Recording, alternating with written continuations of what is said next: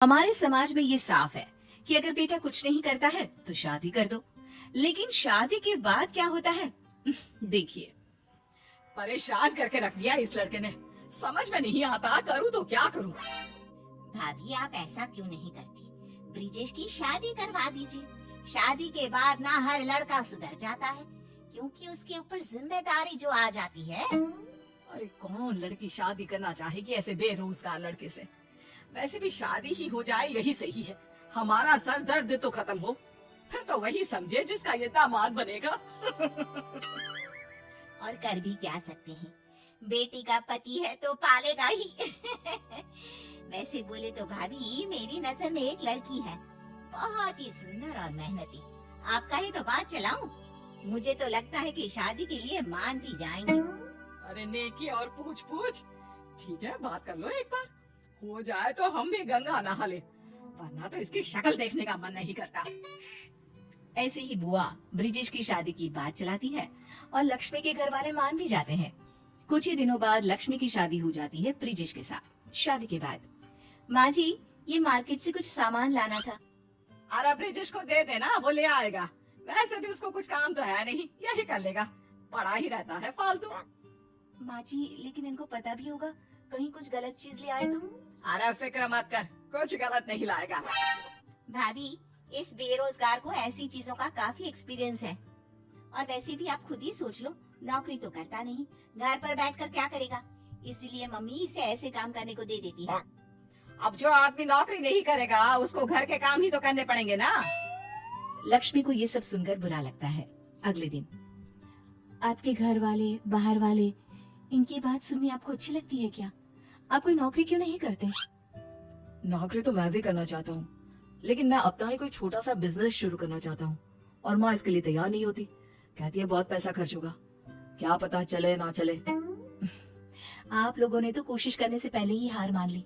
अगर आपको अपना ही कोई बिजनेस शुरू करना है तो मैं आपकी मदद करूंगी। क्या सच्ची में? लेकिन कैसे? देखिए आपको पैसों की जरूरत है ना, आप कुछ पैसे माँ जी से मांगी, कुछ पैसों का इंतजाम मैं करती हूँ। शाम को ब्रिजेश अपनी माँ से पैसों की बात करने के लिए जाता है।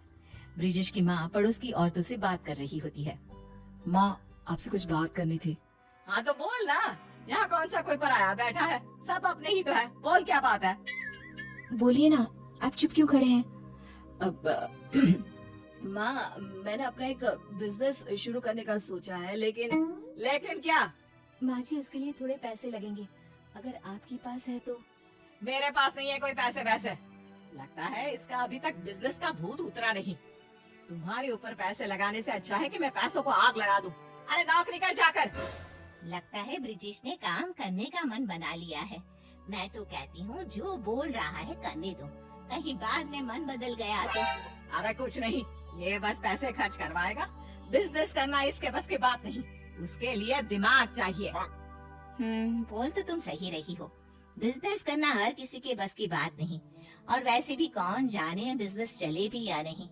अरे कैसे बीवी है जो पति को नौकरी के लिए भी नहीं बोल सकती।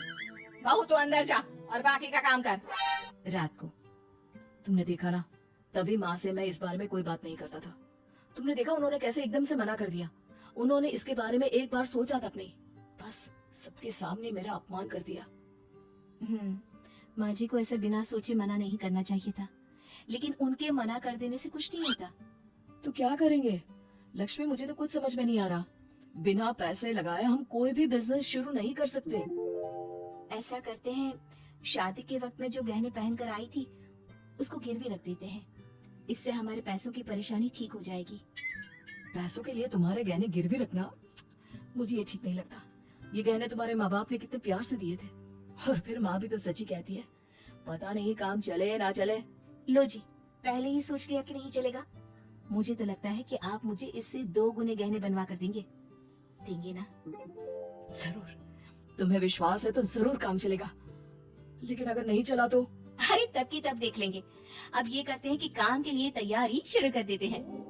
कुछ महीनों बाद ब्रिजेश का कंप्यूटर कोचिंग सेंटर बनकर तैयार हो जाता है। तुम दोनों ने इसमें पैसे लगाकर बना तो दिया, लेकिन ये चलेगा नहीं चलेगा इसका भी कुछ पता है। अगर ना चले तो रोना धोना मेरे सामने ना करना। बहू तू तो समझदार थी, ऐसा काम करेगी मैंने सोचा नहीं था। तेरे गहने पर मेरी नजर थी कि मेरी बेटी के काम आएंगे, लेकिन तू। अरे रहने देना माँ, पैसों से सिर्फ सामान आता है। अब भाई तुम अपने स्टूडेंट्स भी भाभी के पैसों से खरीद के लाना। पता नहीं खोटे सिक्के पर कोई भरोसा करेगा भी या नहीं। माँ जी और मेरी प्यारी ननद, जब हम दोनों मिलकर इतना कुछ कर सकते हैं तो मुझे ये भी यकीन है कि हमारा कोचिंग सेंटर भी अच्छे से चलेगा। और नहीं चला तो आप लोगों का तो वैसे भी कुछ नहीं जाएगा। हाँ माँ, मैं इस कोचिंग सेंटर को खूब अच्छे से चलाऊंगा। मैं लक्ष्मी की उम्मीदों पर खरा उतरने की पूरी पूरी कोशिश करूंगा। अरे देखते हैं लक्ष्मी सच में तेरी जिंदगी की लक्ष्मी है या सिर्फ नाम की। इतने में आस पड़ोस की कुछ औरतें आती हैं। बधाई हो ब्रिजेश की माँ, आपके बेटे ने कोचिंग सेंटर खोल दिया। इस सेंटर को देख मेरा बेटा भी यहाँ आने की जिद कर रहा है। कहता है मुझे भी कंप्यूटर सीखना है। अब कोचिंग यहाँ खुलने से मैं निश्चिंत हूँ, उसे कंप्यूटर सीखने कहीं दूर नहीं जाना होगा। अरे ये तो बहुत अच्छा है, खुलने से पहले ही बच्चे आना शुरू हो गए। छोटू से कहना अपने साथ अपने दोस्तों को भी ले आए।